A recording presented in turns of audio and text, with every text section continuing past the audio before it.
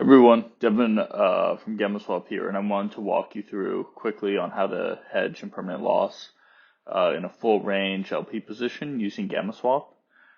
Here's a quick overview.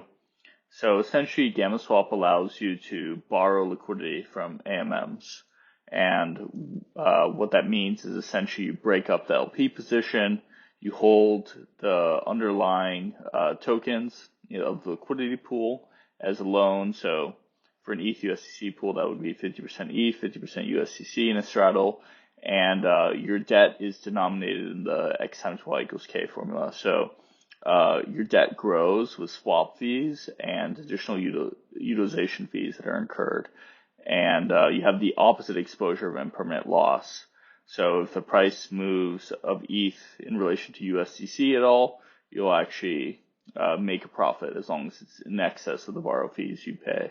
And it's a way to perfectly hedge your impermanent loss as a full range LP. And went through all that.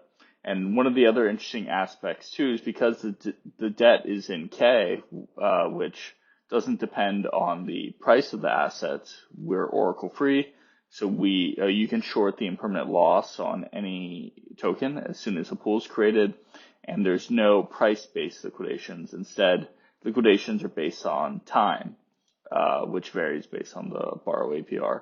So you don't have to worry if the price changes rapidly, and your IL would still be fully hedged. And here's a cool little infographic showing this. So this is the IL you would experience as a full range LP. The GammaSwap straddle is the exact opposite. And when you combine them, you get a hedged LP exposure. So in the case of ETH USDC, if you were to fully hedge your LP, you would actually just have spot exposure, 50% ETH, 50% USDC with the yield, the net APY from the LP position minus the hedge. And those two positions combined is our logo. That's where it comes from. And I wanted to show a little bit about how the straddle works. So you can see it looks just like an IL curve. So as the price changes, your P&L increases, and it's not like a perpetual future where it's a straight line. There's actually some convexity here, which is exactly how IL happens. The more the price moves, the more impermanent loss you're going to incur, and your delta isn't fixed. It's actually changing based on the gamma. Once again, hence the name GammaSwap. But gamma measures the acceleration of delta, so how much your delta is actually changing. So your delta is changing here, and that's why the price is in a straight line, but it's actually this curve that looks kind of like an option. Now, to hedge your impermanent loss, you would need to open a borrow position in GammaSwap. So for a full range LP, that would be a straddle, and you would want to match that notional to your LP. If this matches your LP position, you are fully hedged. That's your time to liquidation, which varies based on the borrow APR. And if you click this little drop down, you can see even more details on your position. But yeah, in this example, we're trying to hedge a $10,000 LP position, so that matches. That's all good. We're using only 250 USDC to hedge that, so very capital efficient, and that's the time to liquidation. If you increase the leverage, which is just your LTV, you can use less collateral to hedge the same notional, but you're going to be your time to liquidation is going to be shorter, so you're going to be at a higher risk of getting liquidated. So that's something to be careful of. And it doesn't, because this collateral is such a small percentage of that total investment, it doesn't really affect your yield that much. So it's a lot of risk without much extra reward. The easiest way to calculate your net P&L is just the supply PY on the LP minus the borrow APR. So you'll see when we actually get into the platform, you'll be able to see the borrow APR, and that's how you'll be able to calculate it. But it's just, that LP APY minus the borrow APR. And I mentioned the higher leverage here. So let's actually get into it now that we have a good kind of framework to understand how to hedge this. So let's say I wanted to deposit into Aerodrome. So I think this pool we can't see it here. If we go into pool info, we'll be able to see it. It's paying around 10% APY. This is a full range WETH USDC position with 30 basis points as the fee, the basic volatile LP position in Aerodrome, and we have about a 10K position here. We'll have to deposit around 50% ETH, 50% USDC.